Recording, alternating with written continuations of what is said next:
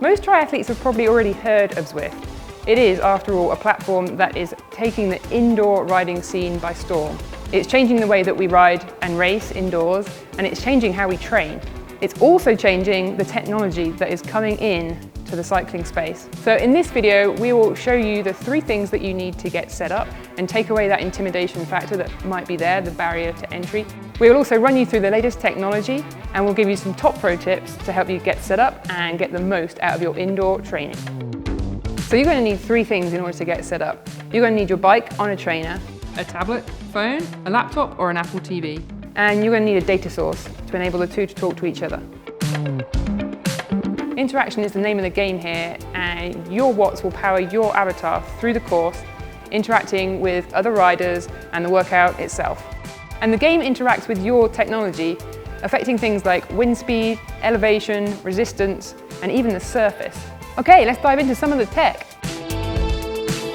So here we have one of the more basic setups, the wheel-on trainer. This is the TaxFlow Smart. It measures your power, speed, and cadence, and lets the game control your resistance.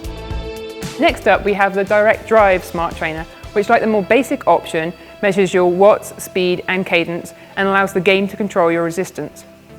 This is the Tax Neo 2T, which is particularly cool because it allows for surface treatments. So if you're riding in the game of Zwift over a rough surface, maybe cobblestones or a wooden bridge, this trainer replicates that and gives you that same feeling as if you're riding out on the road. Riding outdoors is not a static experience. You have headwinds, you have undulations, you have hills. And now, thanks to this tech like the Wahoo Kicker Climb, you can mimic that indoors in the comfort of your garage. The beauty of the Wahoo Kicker Climb is that Zwift automatically controls the front end of the bike to mimic the undulations of the course. This automatically works for any Zwift course, or if you're training for a specific race, you can follow that course and you'll be mimicking the undulations and the climbs, descents of that particular race course. Riding outdoors into a headwind on a bicycle is probably one of my least favourite things to do. But riding indoors into a headwind is actually pretty cool. And that's what you can do with the Wahoo Kicker headwind. It may look like an ordinary fan, but it's far from it, and it has some very cool functionalities. So it can be controlled by 2 things, your heart rate and your speed. The harder you're working and the higher your heart rate, the harder the wind is blowing at you. If you're looking to recreate a more dynamic riding experience indoors, you've got the motion platforms like this Saris MP1. The motion platform allows body and bike to move as one.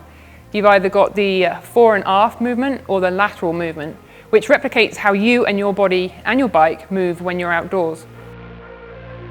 Now, the latest and greatest tech for riding in Zwift is the Smart Bike, and this one from Stages is a great example. The beauty of the Smart Bike is it combines the benefits of the Smart Trainer with the convenience of an indoor bike. Many people don't like putting their expensive tri-bike on the trainer because you're going to get sweat all over it, you're going to get goo all over it. With the indoor bike, it stays there, it's in your garage, it's ready to ride whenever you are. So here we have another Smart Bike. This is the Wattbike Atom, which, like other Smart Bikes, allows you to control resistance and measures power.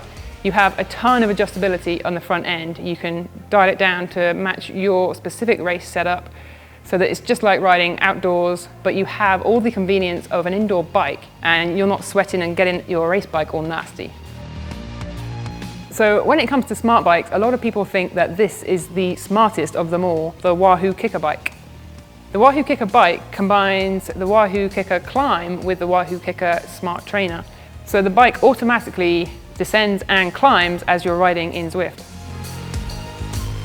So one of the cool things about this bike is the shifting. You can set it up so it mimics Shimano Di2, SRAM or Campagnolo. When it comes to adjustability, this bike is extremely user-friendly. You've obviously got the ability to change the saddle height, change the frame size, and change the stack and reach. And now for some pro tips.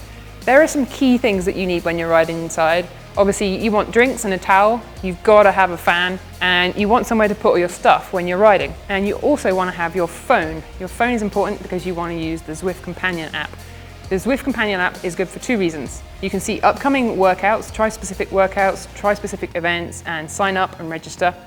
You can also interact with other riders, either giving them a thumbs up or messaging back and forth. With all this improved technology, indoor workouts are no longer something you have to suffer through. You can get faster, fitter, and have more fun while you're doing it.